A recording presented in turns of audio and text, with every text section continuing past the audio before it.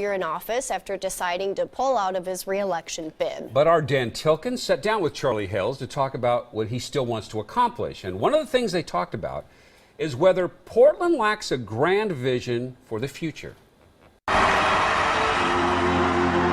New York is, well, New York. Los Angeles has the sun, Disneyland, and Hollywood.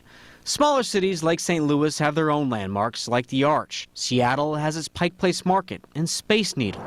And Portland? I've heard this concern over time, and that is, Portland lacks the big thing. Mayor Charlie Hales has no plans to propose a big thing for Portland in his last year in office and believes the Rose City doesn't need one. Other cities have been very aggressive about saying, look at me.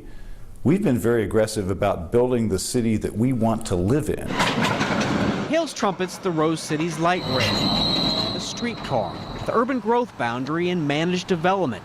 He's proud of the city's creative culture and food scene, including the James Beard Public Market that's in the works for the west end of the Morrison Bridge. Hales points to the renovation of Providence Park for the Portland Timbers and their MLS championship.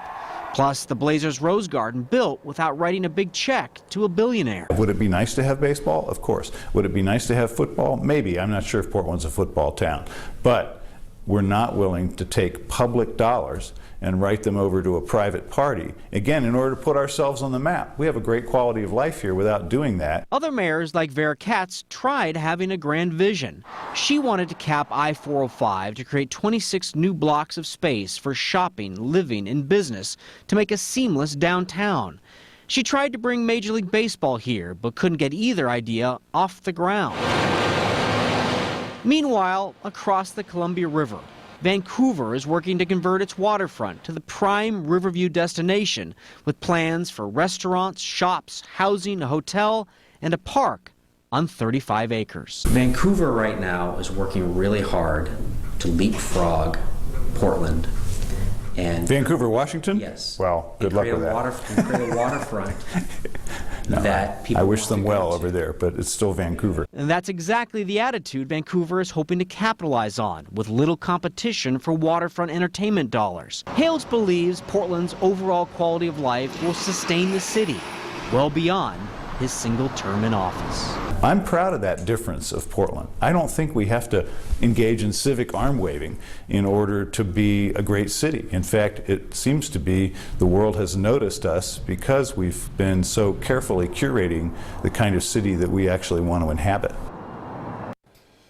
That was Dan Tilkin reporting, and you just heard what Mayor Hales said about Vancouver's plans to redevelop its waterfront. So we met with the mayor of Vancouver at the site to give him a chance to respond. So you heard what the mayor of Portland said. He kind of mocked Vancouver. Well, I'm acquainted with Charlie and Nancy Hales, and I would initially say that I want to give Charlie the benefit of the doubt that maybe he said something that he would like to take back. We often do that. Nobody's perfect. I've said things before that I would like to recant, but we're very proud about what's happening here, and this is going to be a tremendous addition not only to Southwest Washington, but a great complement to what's occurring throughout the metro area. Vancouver and Portland. Mayor Levitt says there will be $1 billion in private investments into that waterfront area in his city. The city already spent millions on roads and utilities there. The mayor says this redevelopment is a long-term project driven by how the economy is doing, and we'll continue to update the progress on that. 23 dogs and puppies now in the care of the Oregon Humane Society. And those dogs will soon